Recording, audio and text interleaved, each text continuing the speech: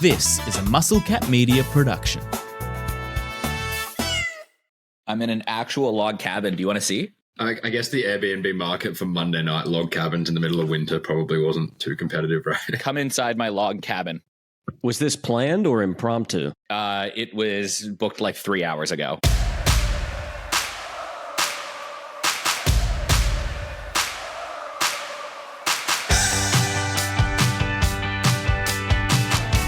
Well, it's a sad day here on Baseball Expats. As many of you who follow the show would know, our man Eric, big Toronto Maple Leafs guy, was full of hope despite his team being down 3-2 in the Eastern Conference Finals in the NHL Stanley Cup playoffs. That was last time we talked. Now, they got the job done on Game 6 on the road. Spoon and I were very invested on Saturday here in Australia, but today they suffered, I think, what was their worst ever Game 7 loss, ultimately falling to the Panthers 6-1, ending their Stanley Cup dreams and prompting Eric to get in the car, drive to a remote location, and join us from a cabin. And with that, we welcome him in. We say commiserations, but dude, this is a baseball podcast, so we're going to need you to. Well, by analytically and by scoreline, it was the worst Game 7 home loss a home team has suffered in the history of the NHL.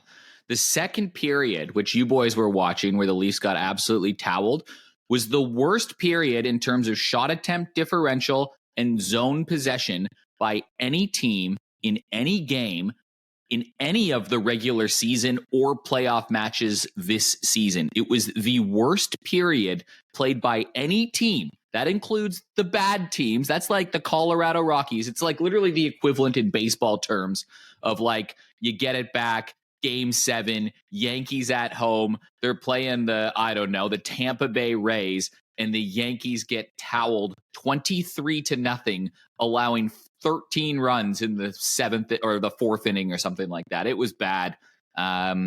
People are mourning there. Yeah, it's bad. But, this team has lost 7 straight Game 7s in a row. So it's the same core group of players. They have an MVP. They're just not good enough. So RIP to this version of the Leafs. So I'm now in a log cabin. I literally was so upset and enraged that I couldn't stomach being in the same house that I watched that hockey game in. I couldn't stomach it. So I went online, I found an Airbnb, a log cabin, and I packed my things. I got in my car and I just drove away because I didn't want to live in the miserable existence that I just spent the last week watching the Toronto Maple Leafs lose. So I'm all good, boys. I'm in a different place. I'm in a different zone. I got a log fire behind me. I got a bottle of whiskey over there. I got a bottle of gin over there. I got a bottle of wine over there. I've got a log cabin fire thing going, a beautiful sunset in the background. My dog's over here, and the off season has begun to plan the 2026 Maple Leafs parade. Rest in peace. Well, Spoon, our interest in hockey lasted like 3 days, but it was a fun 3 days. Yeah, I mean, I learned all sorts. The zebra thing was new to me. A highlight for me was, did it get to 3-1? There was that goal that kind of was like tiny little bit of hope, and I think you dropped the eyes emoji, and we're like, could we? Eric was like, stop, and you're like, I'm not stopping, and like before we'd even done the bit, they just conceded again, back to 4-1. We didn't even really get to flesh out the what if scenario. But yeah, as an Arizona sports fan who's lost their hockey team, it was nice to find a home for 72 hours and be a Maple Leafs fan. But seeing what it's done to my friend Eric over the last decade, I'm not sure I'm going to permanently. You know what hurts me actually the most in a weird way, or makes this even more painful, is in baseball terms, the Toronto Maple Leafs are the New York Yankees, right? The biggest market, the biggest team, the fans. You just, if you're not a fan of the Leafs, you hate them, right? Like no one likes the Yankees as a casual Yankees fans. I had friends that are huge fans of rival teams, the Ottawa Senators, who the Leafs eliminated, the Montreal Canadiens, the Boston Bruins, probably the Leafs' biggest rival in the last decade. All of them were messaging me out of a place of sympathy, and it was similar for other people that were just like, dude, I'm so sorry. Like that's, I don't even wish this upon my most hated enemy, which is you, by the way. You are my most hated enemy. And even that was a rough watch. That even like Like, it's literally the equivalent of Spoon, who doesn't like the Dodgers at all, seeing the Dodgers suffer such a cruel, twisted fate over 9 years that he stomached the courage to send a message to somebody being like, dude, I'm so sorry. Like, that's how bad it got. That's Spoon. That's literally the equivalent of Spoon messaging a Dodgers fan and saying, I'm sorry for your loss. That's how embarrassing this was. Anyways, it's baseball season. Go Blue Jays. Toronto who? It's a baseball town. Do you think that this is a rock bottom sporting moment for you? Serious question. Is this, it's probably an unfair question because it's so raw and you feel it right now, but do you remember a time when you were more disappointed in a sporting outcome than you are right now? I mean, I've definitely been more heartbroken. Like, I'm a diehard Bills fan, diehard Jays fan, and like some of the losses they've had, especially the Bills. They've like the Bills losing, they've been disappointing, but they've been like heartbreaking, right? You know, you lose to arguably the greatest Chiefs game, surely. Yeah, right. Like those are just miserable ways to lose, and you're heartbreaking. But you can't look at that game and be like, the Bills got run out of town. It wasn't for lack of effort. It was still a good performance, right? Like, the Bills still played well when they got eliminated by the Chiefs this year. It was disappointing, but they still played well, right? Like, you can still hang your heart on being in the game. The Leafs got absolutely dominated 2 times in a row on home ice with this. And it's not like it's just like this is a one-off thing. This happens every single year with this group of players. Like, they are dominant in the regular season and they can't advance. So it's a different kind of heartbreak this time. It's almost like an anger or a disappointment and a happiness that this is just over like this. They got to change things up. So yeah, it does feel like one of the rock bottoms because this team has so much talent and they've just wasted it. They've completely wasted it. They have as many playoff series wins since the year 2000 or since the year 2004 as the Cincinnati Reds, right? Like it's Eric, I didn't send this one. It was a Reddit thing. I was just letting you mourn. Someone said, since the 05 lockout, the Leafs have 2 playoff series wins. The 14-year playoff drought Sabres have 4. Yeah, literally. Quite literally. Wow. And like, what's crazy is like, you just know that Mitch Marner, one of the stars of the Leafs, who rejected an 8-year, $13 million extension in season. Thank God, because he wants more money. He's going to go to the Buffalo Sabres. And the Leafs are going to probably win the President's Trophy, have the best regular season of any team in the league next year. And then Mitch Marner is going to score inevitably like an overtime winning goal. But the Leafs have played, this group of players has played in 7 game 7s together, and they've combined for 9 goals total in those 7 games. And 4 of them came in that first game 7 that they played together. Like, it's pathetic. So whatever, good riddance.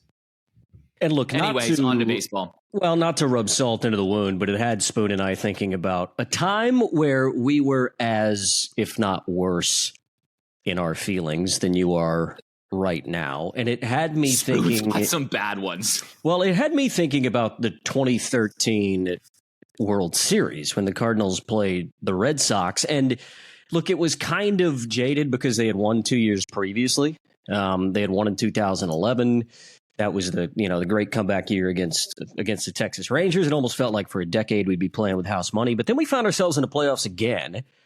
We went to Boston and took 2 out of 3 back home to St. Louis in what was a competitive game 4. And Colton Wong, who got on base against Koji Uehara, the tying run was at the plate, and Carlos Beltran got picked off at first base to end the World Series game, and St. Louis did not fire another shot for the rest of the series. So it was the first game at home after coming back. No, rather the second game at home. They had won the night before. Second game at home after coming back, winning 2 in Boston. And then Colton Wong gets picked off at first base to end a World Series game with Carlos Beltran at the plate. In that moment, I knew that the series was over. So I went to bed that night. The series was tied 2 games apiece. But I went to bed that night going, there's absolutely no chance this team wins the World Series. And I couldn't even bear to watch the next 2 games. And they were both close. Actually, I think game 6 wasn't necessarily close. I think it was like an 8-1 final. But I think game 5 was like 2-1 or 3-2 or something. And it was just, I was in that spot immediately and just said, you know what? I can't even get excited about these next two games because I know what's going to happen. I love you. I appreciate you. And that would be heartbreaking to be in a championship series and come so close. But that would have ended a 2-year championship drought at the time. And it would have been your third championship in 7 years. The Leafs haven't been to a championship game since 1967, the last time they won in a 6-team league. Then they expanded and they've never even made it to that game before. I don't even know what it's like to watch my team play in a championship game. I've never seen it before. So I can't even relate to that feeling. So I wish I could feel that heartbreak one day. I'm jealous. Spoon has some horror stories of spending a lot of money traveling to watch his team. Spoon, want to tell us about your Arizona? I want to know about the World Series that your Diamondbacks were in. Yeah, so all I got from it was this bloody cap. Hey, look, it was partially funded by some futures plays last year. I had, throughout the year, scattered bonus bets here and there on the Diamondbacks to win the National League at 30-1 pretty much all year. 2023. They scraped in with like the last wild card slot and had to go through the Brewers, then the Dodgers, then the Phillies. They actually swept the Brewers and the Dodgers. The Phillies series went to 7. I remember it very well. It was the game 7 was on the Wednesday. We trailed 3-2, leaving Arizona. Had to play the last 2 games in Philly with the bottom of the rotation kind of guys coming up. I think Brandon Fort pitched game 7. It just looked like no chance at all. I think at one point they got out to $6 to win the series after game 5. But they did win that Wednesday game 7, and I booked flights for Friday 48 hours later. The only way I could do it was Adelaide to Sydney, Sydney to Honolulu, Honolulu to Phoenix, and they were all overnight flights that landed at 5 a.m.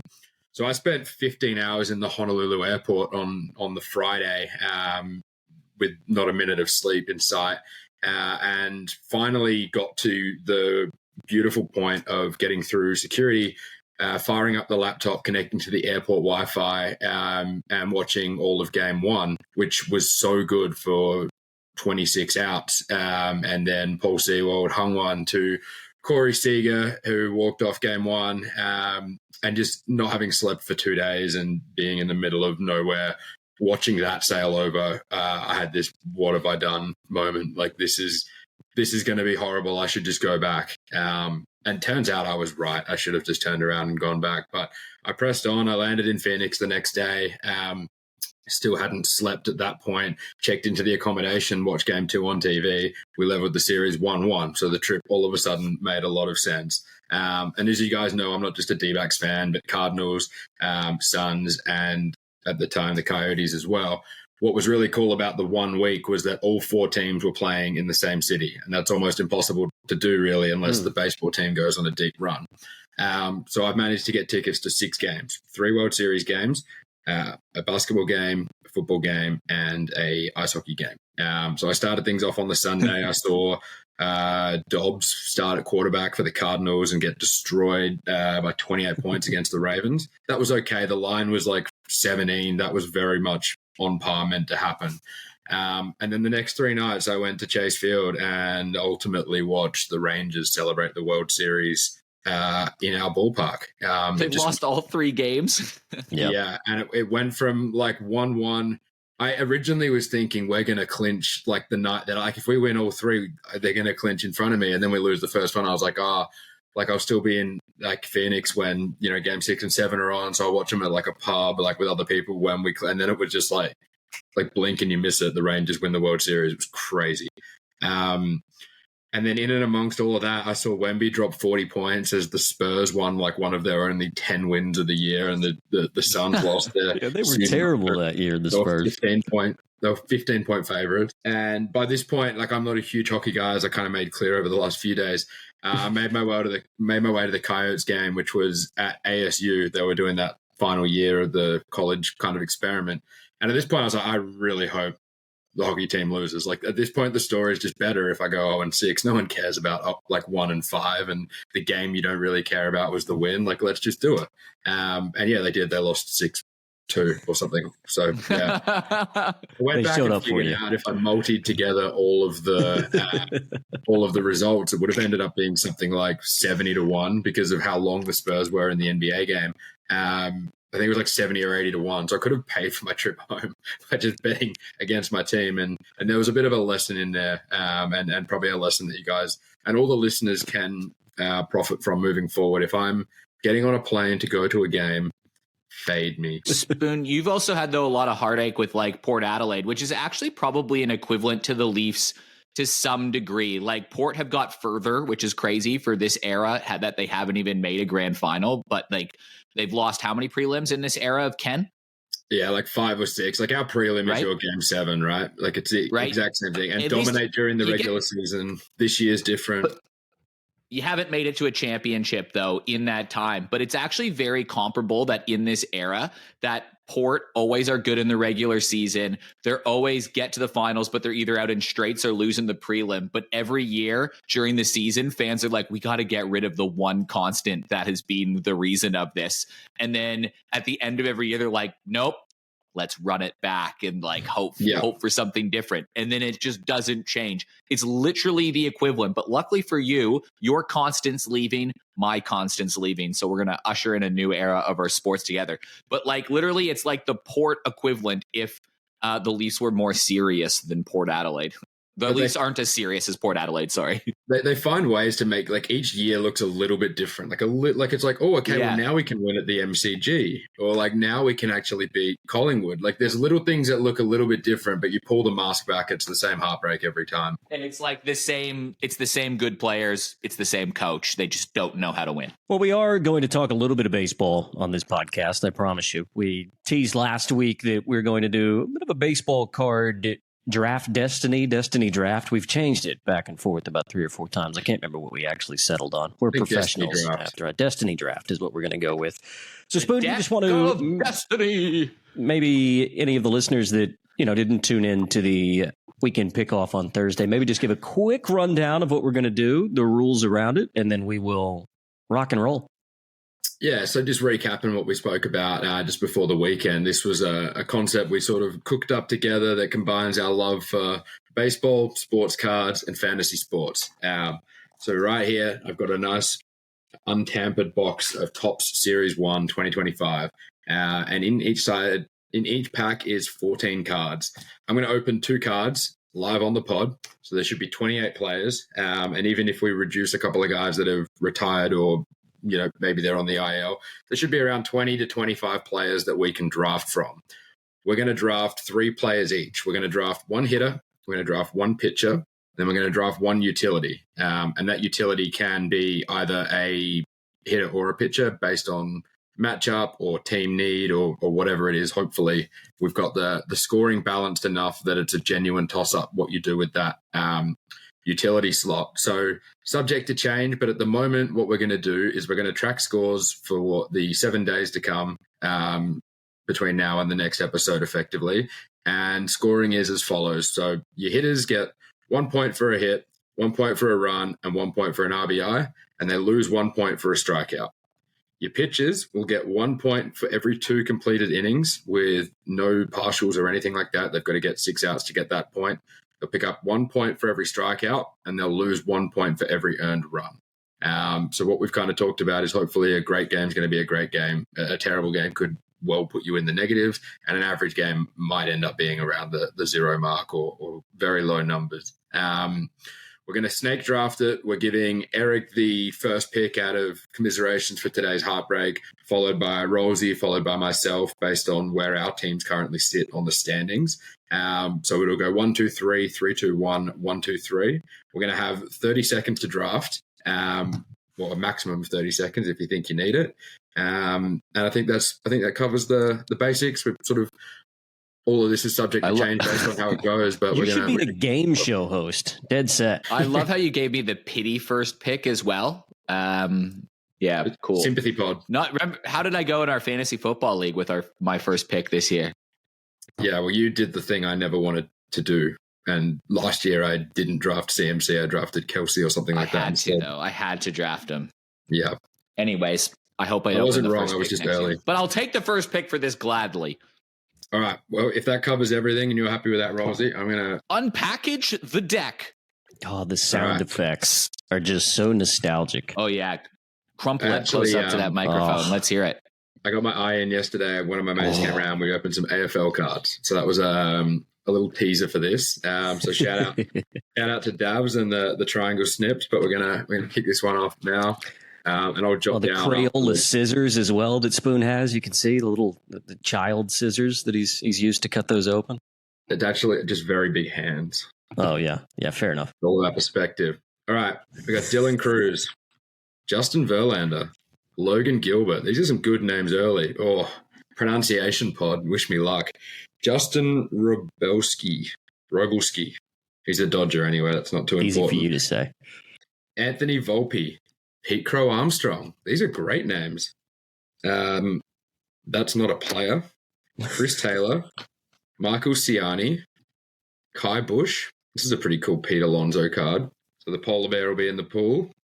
Jordan Alvarez and Will Smith. That's pack one. We're going to need some pitchers. We are going to need some pitchers. I mean, that's part of the fun, right? Like if we have this whole pool and there's two good pitchers, then you kind of want to go take Verlander, pick one. Let's see what we got. Or here. Logan Gilbert. Well, yeah, I mean, if we're doing this in a 7-day week, there's a chance you get a starting pitcher who goes around twice, right? So that would be massive compared to getting the one start. So bit of strategy in this one. This is a good start. Christopher Sanchez of the Phillies. There we go. Adael Amador from the Rockies. Probably be staying away from that. Rocchio from the Guardians. Dela Cruz of the Pirates. Brandon Fort. Brandon Fort pitches tomorrow, I think, so he might get 2 starts. That could be a pick. We might be trading if either of you guys take Brandon Fort. Clayton Kershaw, Sonny Gray for the Cardinals fans in the room. Kyle Schwarber, Cade Povich, Dansby Swanson, J-Rod again. We can only draft one J-Rod for integrity reasons, but there are 2. We can't pick. And to be fair, he's very much has 2 different personalities, it feels like, on the field. Like he's either great or you're like, who? Yeah, but the J-Rods are going together. Justin Henry Malloy of the Tigers and Tanner Bybee from the Guardians. So what do we end up with? 5 or 6 pitchers in there, I think? Yeah, we got some good players in here, actually. All right, so Eric is picking first. Plenty to choose from. It's actually a pretty good couple of packs for us to be actually doing this. So, Eric, you've got 30 seconds snake draft. You're first, me second, Spoon third, and then we'll snake from there. You're on the clock, my friend. Off you go. Well, I am going to go with my gut here, but it's mainly because of a matchup thing. We got some good players here. I kind of want a good pitcher. I'm picking 1 and 6, so I'm kind of worried with you guys picking 2 in between. I'm just going to have like the runt of the litter when it comes to pitching. And there's a certain guy who could be pitching twice this week and is also playing the worst team in baseball and is having a good season. So I am pleased to announce that with the first overall pick in this card draft, I am selecting from the Philadelphia Phillies, Christopher Sanchez. Yeah, so I mean, I'm going to do something similar in terms of my thought here. A guy that can start twice over the next couple days. And the matchups aren't necessarily favorable, but they're at home. And he's coming off probably his worst start as a St. Louis Cardinal. So I will take, with the second pick, Sonny Gray against the Tigers and Spoon's D-backs in the next week. Well, that sets up very interestingly for me. So I'm going to obviously pick up the turn here. This is as much of an integrity pod as this is. It's also a loyalty pod. And Brandon Fort, the guy who got me, or maybe I should begrudge him, but he's the guy who got me to Arizona for that trip, 18 months ago. And I won't forget/forgive that he did that. He should potentially get 2 starts. Like you said, not great matchups. Plays the Cardinals tomorrow, plays the Dodgers tomorrow, and then the Cardinals at the end of our series on the weekend. But give me Brandon Fort as my pitcher, locking him in. And then I should probably not back up on pitchers twice here. The stocks are getting a little bit thinner. Although, will I get 2 out of Verlander maybe? I don't think so. I think it's time to find some offense. This is a guy who made a critically costly error today for the Mets. I don't know if you guys saw the link I sent, but he threw it like into the stands as the tying run or go-ahead run was running to the plate. He's still in the MVP race. He can hit a ball as hard as anyone. Give me the polar bear. Give me Pete Alonso as my hitter. Back to you, Rosie. I was sort of just looking at the schedule to see who might get a full slate of games this week and not have like the Thursday off day. Looking sort of for an offensive player. Plays the White Sox early in the week. I'm gonna take J-Rod, my first offensive player. Nice. Comes with 2 cards as well. Can he be my offensive player and my utility? You might want to change that depending how he goes. Yeah, that's a good point. Back to you, Eric. Yeah, I just have a couple decisions to make. I kind of was leaning towards Schwarber, but I don't really want to have too many Phillies on my team. Maybe that'd be kind of fun to watch. I could just be like a Phillies fan for a week because Schwarber's having a pretty good year. At cause as well. Could be anything. Yeah, it could be anything. But I'm going to I'm just going to go with my guy, Pete Crow Armstrong. Well, my guy, it's your guy, Pete Crow Armstrong. He's getting a lot of hits. He's driving in some runs. He's playing a big part on that team. He's fun to watch. Give me more reason. I'll go Sanchez and Armstrong as my first 2 picks. All right, and then back to you to bring it home for round 3. Yeah. So what do we think the play is here? That's the question. Is it another pitcher or is it another hitter? I mean, you might get the benefit of taking one of the last 2. There's like Logan Gilbert and Verlander are still on the board. You wouldn't take anyone outside of those 2. Is Gilbert going to pitch this week though? He's been hurt.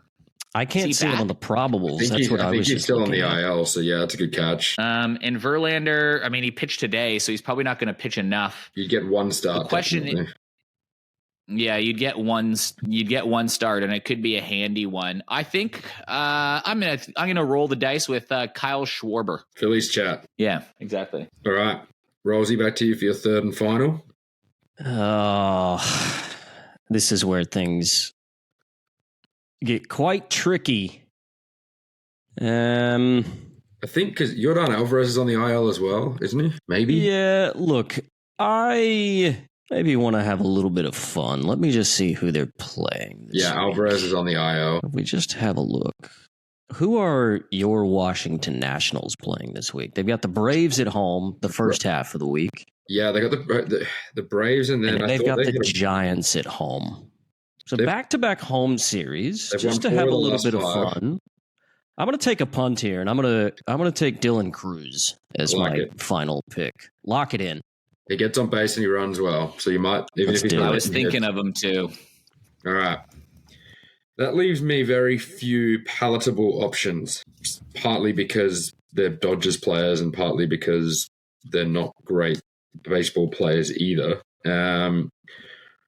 I kind of have the worst here of, you already got the better Cub, and now I'm left with Dansby Swanson. Now, our scoring doesn't facilitate for great defensive players. I think I'm going to go with Anthony Volpe as my last pick. The Yankees made something happen late today in the 8th. They might go on a little bit of a tear now. I think they've got a full slate of games as well. Pretty cool diving shot of Volpe. Hopefully that's him scoring some runs and some points for me. That'll round out our draft. So Eric's got Kyle Schwarber as his utility, Pete Crow Armstrong as his hitter, Christopher Sanchez as his pitcher. Rosie has he's pitching Sonny Gray. He's got J-Rod as his hitter and Dylan Cruz of my Nats as his utility.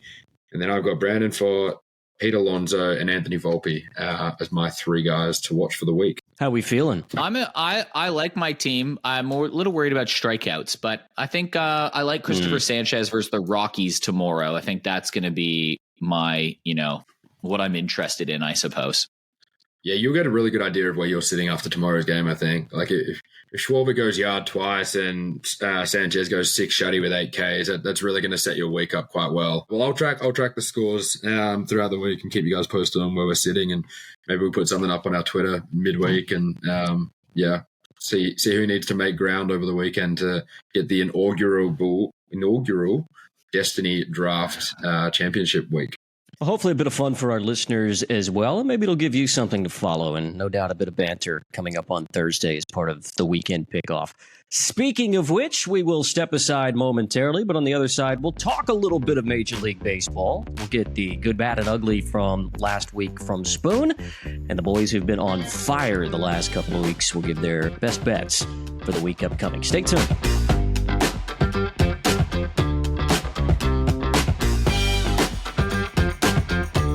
Well, time for a little bit of Major League Baseball chatter. We did well to stick through 15 minutes of hockey talk and then us pulling baseball cards in the first segment of the show. But we will talk a little bit of Major League Baseball. Plenty going on. It's that sort of time of the year where the newness of the baseball season has worn off. The teams that you think are going to be there when the whips are cracking at the end of the year, the ones that are sort of top of the division or playing for a wild card spot. That said, sort of the wild card race, particularly in the National League, is wide open at the moment. But it's that part of the season where I think teams that are rebuilding know they're rebuilding, and teams really have to start making those calls on whether or not they're potential buyers or sellers at the trade deadline. The next month becomes of vital importance for a lot of teams, particularly those sort of middle of the road. But in terms of some good, bad, and ugly that you've seen in the last week, Spoon, what have you got? Yeah, so look, Eric, I'll start off with the good. Eric and his Avalanche may have killed the streak, but let's not take away from the Twins winning a monstrous 13 games straight heading into today.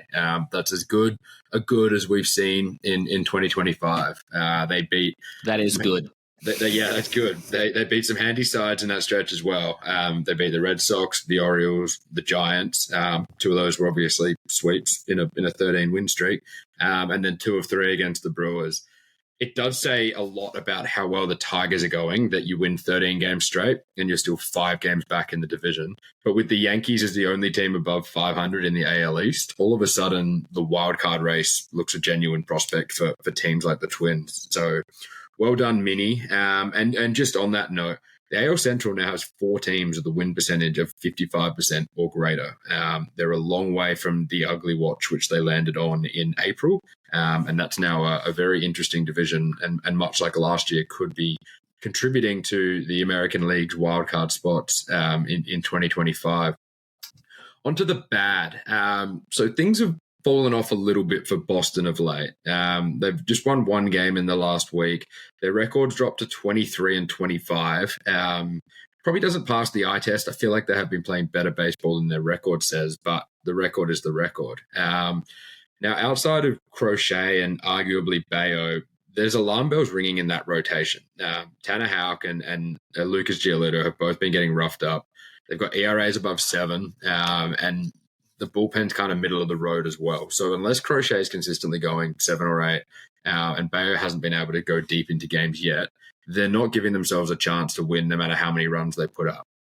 They face the Mets at home this week in an effort to kind of get back to 500 ball. But with how well some of those teams are going in the AL Central, in that wild card kind of hunt, and how well the Yankees have been going all year, it's kind of time to start making moves if you're Boston and you seriously want to be looking at a postseason berth in 2025. Now, this one really hurts, and I'm going to take off the Diamondbacks cap to deliver this because, you know, everyone's got limits. If you ever wanted evidence that this is an integrity pod, look no further. I gave Zach Gallen the chance to redeem himself over the weekend, and he rewarded my faith by giving up 4 home runs to the worst baseball side in the last decade. He has a 5.14 ERA and a 1.38 whip, and he's already allowed 10 home runs this season compared to just 13 in all of 2024. There's not really any respite in his peripherals either. Like, seriously, you guys go have a look at his baseball savant page. There's no red at all. The only hint of red is his strikeout rate. That's only 66th percentile. His chase rate is at 14th percentile. Barrel rate, 22nd percentile. His fastball is rated as one of the worst fastballs in the entire league. It's a contract year for Zach Gallen, buddy. Sort it out. The zeros are dropping off that check. You're starting to kill my D-backs. I've loved you for a long time, but I have to call you for what you are right now, and you are ugly. Zach Gallen, for $26 million a year on a 7-year deal, you are a Toronto Blue Jay. Too soon. Which parts of those stand out fans for you? The good, bad, or ugly? Which one's most in line with where you boys are seeing it at the moment? I just want to say that since I declared my Minnesota Twins as being the one sleeper probably 3 weeks ago that could go on and make a run, when Eric declared that we should all just stop watching baseball, because at that point, I think it was by the end of April, 5 of the 6 teams that were at the top are going to be the ones that make the playoffs. Historically, that's what the numbers say. The Twins were the ones that I legitimately thought had a chance. And the reason was because their run differential was basically 0. They were still hitting. They were pitching well. Look, to say that I knew they were going to go on this sort of a run would be lying. I obviously didn't know that, but the AL Central has become this, like, all these teams, yes, they're all going to beat up on each other, but they're all going to beat up on everybody else as well. Like, I don't think that anybody saw this coming from the AL Central. The Comedy Central is not so funny anymore, is it? So, yeah, good for them. I completely agree with that. The Twins, I don't know. I don't think anyone saw a 13-game streak coming. Although, Spoon, I actually thought on your good, bad, and ugly that I'm shocked that the LA Dodgers, knowing you being a staunch Dodgers hater, I'm surprised that they didn't have more of a play or feature on this for a team that just got swept at home by the Los Angeles Angels. Yeah, I'm a big stones in glass houses guy, and we lost a game 14-12 against the Rockies. So I just thought I'd pretend the NL West didn't exist for one segment. I'll do a favor for you though, and throw in that from a Dodger perspective can't have been nice. I'm glad we went through the episode and didn't sort of forego mentioning that. I was just careful of being the guy to say it myself. Do you think the signing of Corbin Burns has affected Zach Gallen at all? I mean, it's an impossible question to answer, but I don't think that this time last year signing Corbin Burns probably wouldn't have been on many D-backs fans' radar, probably not on any D-backs players' radar. Signing him, and Burns has been good, but it's just so hard to explain sort of what's happened to Zach Gallen. I think what the Burns signing told me was that Gallen's going to go and get 8 years of $30 million, something like that, and we just aren't. Not if he keeps doing this. Well, I'm now leaning towards the possibility that Gallen does a 1 year or a 2 year kind of prove it deal, maybe even in Arizona again, and then goes and tries and tests the market in a couple of years. But if you go and look at his peripherals last year, they weren't great either. He just seemed to get away with more. Like if you're on his Savant page and you look at 2024 to 2025, they're almost similar. He just seemed to be getting out of trouble a little bit more. This year, he's not getting out of trouble. And when I spoke about him and made him the pick for the weekend pickoff, I said it's the first inning that keeps getting him into trouble. The first pitch he threw left the yard, and then 7 pitches later, it was 3-0. Like he just can't seem to start games well. And he goes on these I watch his post-game interviews because I'm sick in so many different ways. And he talks about how this is almost exactly what he said.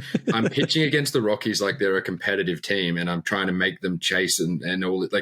And he basically said like they'll just swing at anything, and I should have just been burying it all in the dirt. It's like, that's all well and good, dude, but they just hit you for 4 home runs and 6 earned runs. You don't get to talk down to the Colorado Rockies. They're your equal right now. He did have some rough stretches last year, like you were saying. I think, I don't think Corbin Burns is not affecting him as much as just not being able to command his fastball. Like, that's probably what's really plaguing Zach Gallen right now is, that pitch that he uses to set everything else up just isn't falling for him. And ultimately, he wasn't great in the back half of 2023. He didn't have a single good postseason start for us. And twice in the World Series got lit up, and against the Phillies got lit up too. So I would say sort of, the second half of 2023, Zach Gallen, something's gone wrong with Zach Gallen. I'm not sure he's ever quite figured it out. But he's never been a velo guy. Like, his fastball average is 94. So if he's not hitting location, it turns into batting practice, really, in modern MLB standards quite quickly when kids are coming out of college throwing 101. Well, this has turned into a therapy podcast for the two of you today, sort of without reason. Well, all right, let's see if we can make the folks a little bit of money this week. If we just recap the picks from Thursday, we'll just skip right past the Zach Gallen over 7.5 strikeouts in game 2 of that series. You did have a little bit of joy with Joe Ryan, 7 or more strikeouts in the Minnesota win early in the weekend, though, Spoon. Yeah, it was nice to get that one away as the first play. I think that picked up nearly 2.5 units profit, kind of made the Gallen play a free play, so to speak. And look, I did feel even better about the Gallen play by day 2 because Burns, I think, managed 10 strikeouts. Merrill Kelly managed 10 strikeouts again today as well. So 2 of the 3 D-backs pitchers did what they were supposed to do against the Rockies. But yeah, Zach Gallen and I have decided to see other people. And the 2 plays, Eric, for you, we'll get the Avalanche over and done with. So it was another impossible Avalanche to follow. But if somehow you were able to do the arithmetic that's inside Eric's head, you would have ended up in profit. He basically said, take the Brewers if Minnesota win game one. Minnesota won game one. They also won game two, but by Avalanche in games 2 and 3. And the Brewers winning the third and final game of that series, you did pick up a couple of bucks. I picked up less than half a unit. Winning's winning. It's better than bank interest, as they say. Yeah. And your bet previously on the weekend was Chris Sale versus Boston under 7.5 strikeouts. He only just got there, right? He just got to 8 in the last inning or something like that. Like it was close. It was looking good. Until it wasn't. So in total, the boys each having a winning bet. Obviously, Spoon's profitability was decent with that 3.4 on the player performance double with Joe Ryan's 7 or more strikeouts and the Minnesota win. But as we say on this podcast, gentlemen, you are only as good as your last. So Spoon, some big matchups coming up this week. What have you got for us? All right. Well, I'll lead off in a way that sort of worked. It's actually worked 2 or 3 times now, I think. And given when we do this, we kind of have one day where we get prices, and that's for tomorrow, obviously. And then later, 2 or 3 days down the line, we're kind of price guessing, and some of these markets are a bit harder to predict. I'm going to go with a similar play with a player performance double. And this is a guy Eric put on all of our radars a couple of weeks ago. Chris Bubic for the Royals. There's no denying it. He's having a stellar season, an ERA of 1.66 after 9 starts. Strikeout rate above 1 per inning. He's been a huge part of the Royals and their early season success. Tomorrow he faces a Giants side who strike out the 10th most in baseball. And the strikeout rate for Chris has actually been higher on the road by nearly a strikeout per 9 than it is at home. I kind of look at this and think the wrong team are potentially favorites. So to be able to get Chris with 6 strikeouts and the Royals to win at $3.70, I think it's a great way for me to invest a unit because I think the Royals, they match up quite well against a team like the Giants, and I think it's going to be a fun series to watch for sure. Then moving on to Wednesday's slate, this is one you'll have some interest in for sure, Rosie, as well. The Tigers head to St. Louis, and I reckon this might officially be my first unders spot for the year. I've played a lot of overs or wins.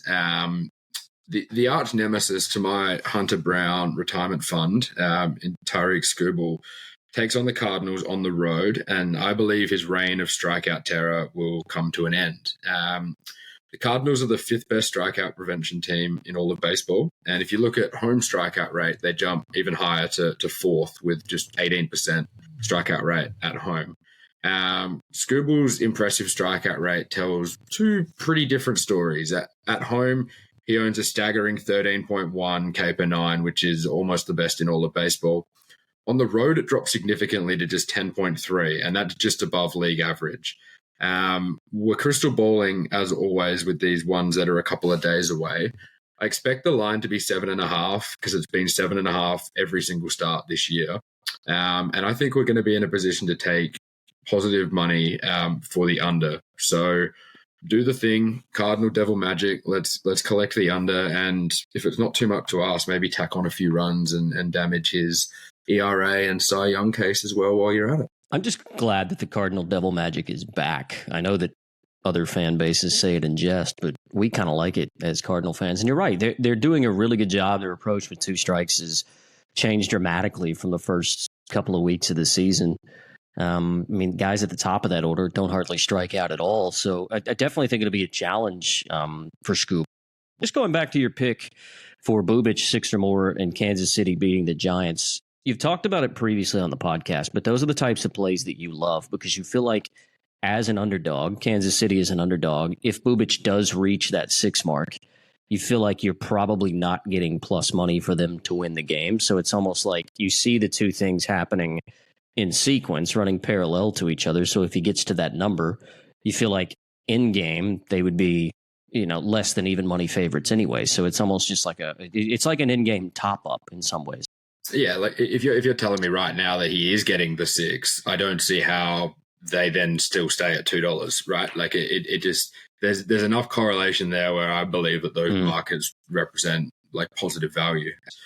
they leverage even higher with some of those top ups as well, especially when it's an underdog team like the Royals are tomorrow. So we might be having a bit of fun with that one, and maybe your Bobby Witts and that can catch up to a couple of Robbie Ray fastballs and deposit them in the drink. Yeah, I guess where you don't really get value with those player performance doubles is guys with high strikeout totals and teams that are huge favorites, right? Because there's just no value in putting them together. Whereas if you have a guy whose number is low enough and the team's an outsider, it makes sense to play it. So we'll recap Spoon's plays momentarily. But Eric, what have you got for us this week? Yeah, the one I liked the most, to be totally honest, it wasn't going to be a player performance double, but I suppose we can jump on there. It honestly was, and I written a little bit about it, about Chris Bubich as an underdog. Like anytime he's pitching and his team is an underdog, it's value you have to jump on. They were 2.10 at last look.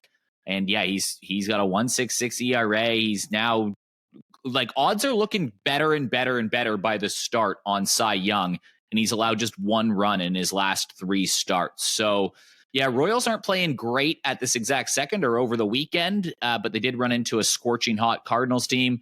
So I was just going to say take the Royals just on the nose at $2.10, but I'm on board with the performance double, so I'll just forfeit my pick and just say I'm going to back Spoon's PPD as well for number one. The other one, though, I had a little multi that, I mean, you can choose what you want to wager on it, but I was kind of looking at this Baltimore Orioles and Milwaukee Brewers matchup, and you're probably thinking, oh no, Orioles, they are in all kinds of trouble. They've lost 6 in a row, and this is perfect Avalanche territory. I'm going to avoid that. I'm actually jumping on board that the Orioles are bad territory. And I was kind of playing around with a couple little things you could blend in together. And what caught my eye is Dean Kramer starting for the Orioles. And he has been a mess this year, right? Like he's got a 5.36 ERA. He allows a couple home runs every start, it feels like.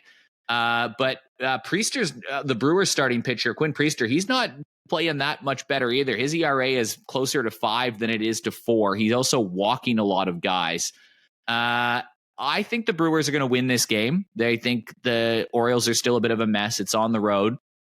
So I'm actually kind of looking at the Brewers on the money line and over 8.5 runs, which is what the run total is. So I'm looking at a run, like a game that is 2+ or a 2+ run differential win, I suppose, for the Brewers, and for it to be a bit high scoring as well. Now, I kind of like it. Like, obviously, a lot has to happen for that to happen, but you're getting $5 value for those two things to happen. And I think it's 2 starting pitchers that aren't great. So I think the over is there. I also think the Brewers have a good opportunity here to win by multiple runs. So when you combine those together, I think there's some value in the 5-1 odds for this little double to happen. Obviously, it's 5-1 for a reason. You know, it's not as lock as an Avalanche might be, but I kind of like that play. I got 2 thoughts on that. Firstly, I like that we see it the same way with regards to the Royals play. Although I think it's one other time we tried that this year. It was that Mariners pitcher we were both really keen on against the it didn't go well. Yeah, it didn't go well. So let's buck that trend tomorrow. Let's just do one. Like, I'm just jumping on yours. I'm going with the double. But if I get rolled, if our listeners just. It did work on the weekend where you had an Avalanche in play behind me. So maybe if I go down, you're looking at the Royals after that. But I don't know enough about Hayden Birdsong to be able to comment on that Wednesday game. Yeah, the reason I like your multi-play at 5s is because the Orioles bullpen is just awful. So that's one where you might actually tack on all those runs that you need in the 6th, 7th, and 8th, even if you don't get the sort of early offense that you're looking at by attacking the starter.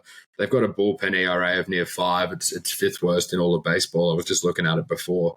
So they're going to be leaking runs throughout, and that could give you every chance at 5s. I just think there's value there for those two things to happen. So a margin victory plus like the run and a half at 280 isn't too bad when you're looking at the fact that, you know, you're playing a team that's playing some of the worst baseball in the league right now. So, and you're at home. So let's go with it. Yeah, and I'd like to see a correlation. I mean, similar to what we were talking about with the PPD with Spoon's play, is I'd like to see, I mean, what do you think the over-under that game ends up being? I mean, what is it, 8.5, 7.5? It's 8.5, yeah.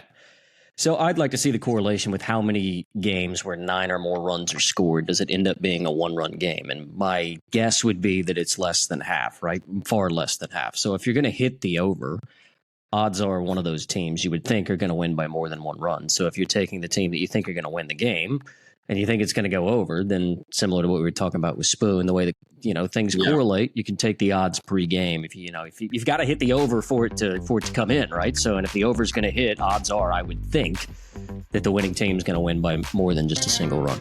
Thanks again for sticking with us, and thanks again for joining us here on Baseball Expats. Don't forget you can follow Spoon and all of his picks at Spoon Does Baseball on X and Instagram. You can follow us at Baseball Expats on those two platforms as well. And don't forget, we've got a YouTube channel now. You can check out all of our long-form interviews, including the one we did last week with Jonathan Mayo around a little bit of draft talk.